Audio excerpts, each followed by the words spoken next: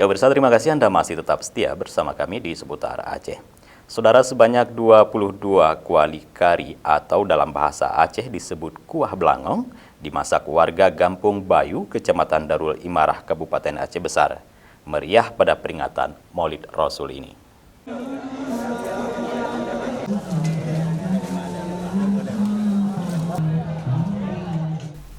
Sudah menjadi tradisi masyarakat Gampung Bayu setiap tahun memeriahkan Maulid Nabi Muhammad SAW dengan memasak kuah belangong.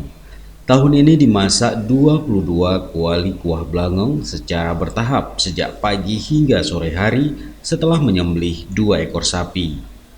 Pada pagi hari, kuah belangong tahap pertama dibagikan kepada seluruh warga Gampung yang antri membawa wadah masing-masing.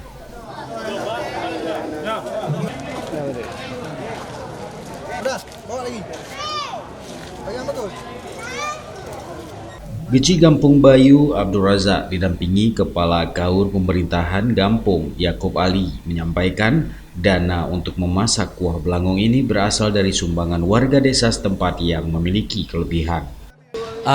Kami biasanya mengadakan pertama rapat-rapat kami, 2 kali rapat dengan kegiatan masyarakat dan mengadakan pertemuan terakhir adalah jumlah belanga.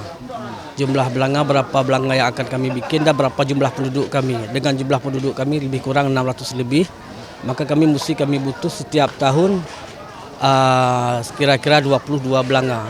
20. Jadi kami bagi 17 belanga untuk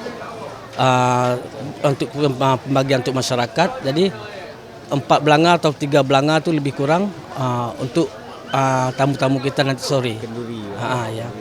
Setelah seluruh warga mendapatkan kuah, beberapa rumah penduduk juga melaksanakan kenduri di rumah masing-masing dengan mengundang sanak famili dan teman untuk makan siang di rumah.